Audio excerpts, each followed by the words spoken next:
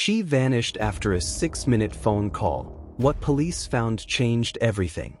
At 9:42 p.m., she made a phone call that lasted just 6 minutes. She was never seen again. And to this day, investigators believe that whatever happened during those 6 minutes explains everything. Her name was Lena, 27 years old. No criminal record. No history of disappearing. No reason to vanish. That night was supposed to be ordinary.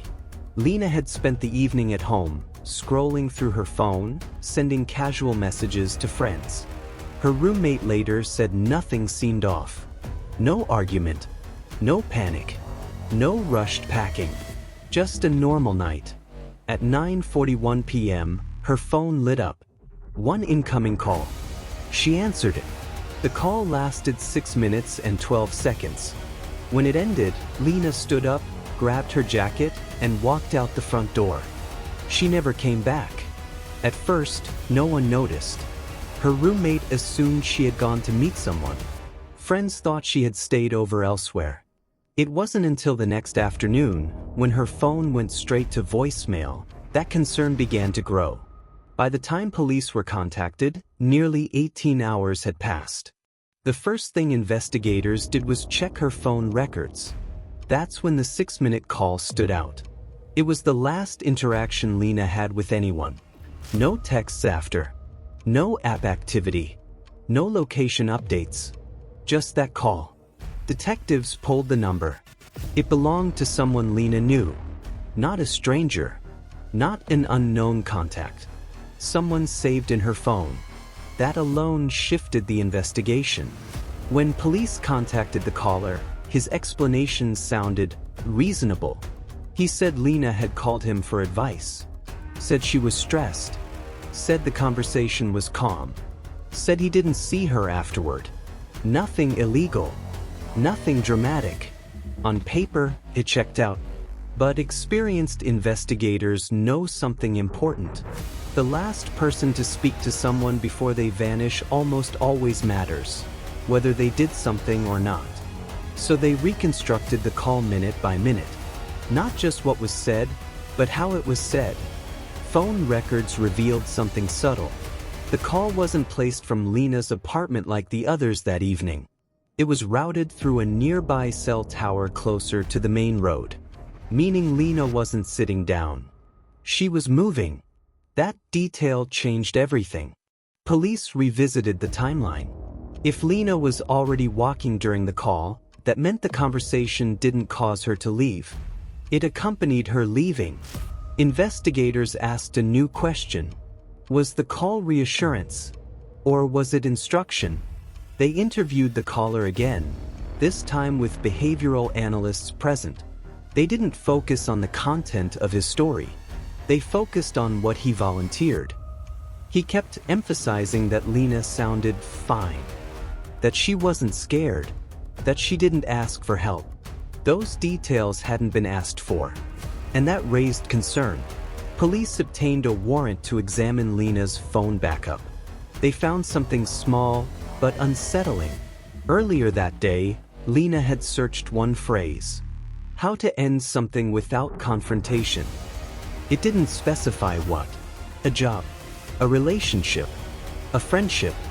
But combined with the 6-minute call, it suggested Lena was preparing for a difficult conversation. Then came the discovery that shifted the case permanently. Security footage. A camera 2 blocks from Lena's apartment captured her walking quickly, phone to her ear, jacket unzipped despite the cold. At one point she slowed down, stopped, turned around, then continued forward. That moment lasted less than 3 seconds. But analysts replayed it dozens of times. People don't hesitate like that unless they are deciding between two outcomes. Or go. The footage never showed anyone approaching her. But another camera farther down the road did. A car pulled over briefly. Its headlights turned off. Lena stepped out of frame. The car drove away. Police couldn't see her get in.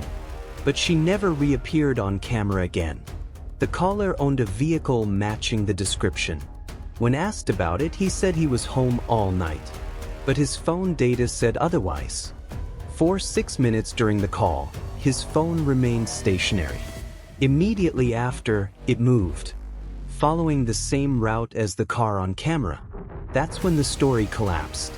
Confronted with the data, the caller changed his explanation. Now he said he had offered Lena a ride, but she declined.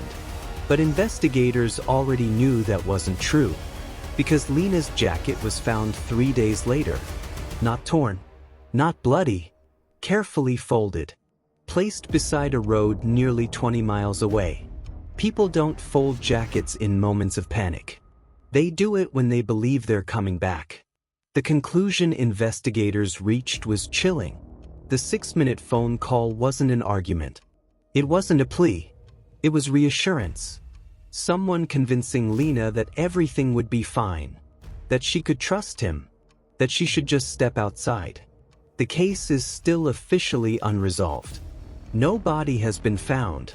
No charges have been filed. But among investigators, there is quiet agreement. Lena didn't vanish randomly. She didn't run away. She didn't stumble into danger. She walked toward someone she already trusted, because for 6 minutes, she was told there was nothing to fear. And that's what makes this case so haunting, because the most dangerous moment wasn't what happened after she left. It was the moment she answered the phone. If you pay attention to true crime, you start to notice a pattern.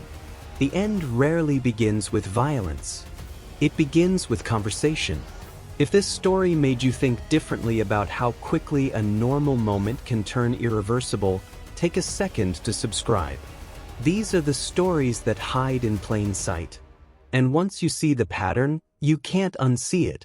Because sometimes all it takes is 6 minutes.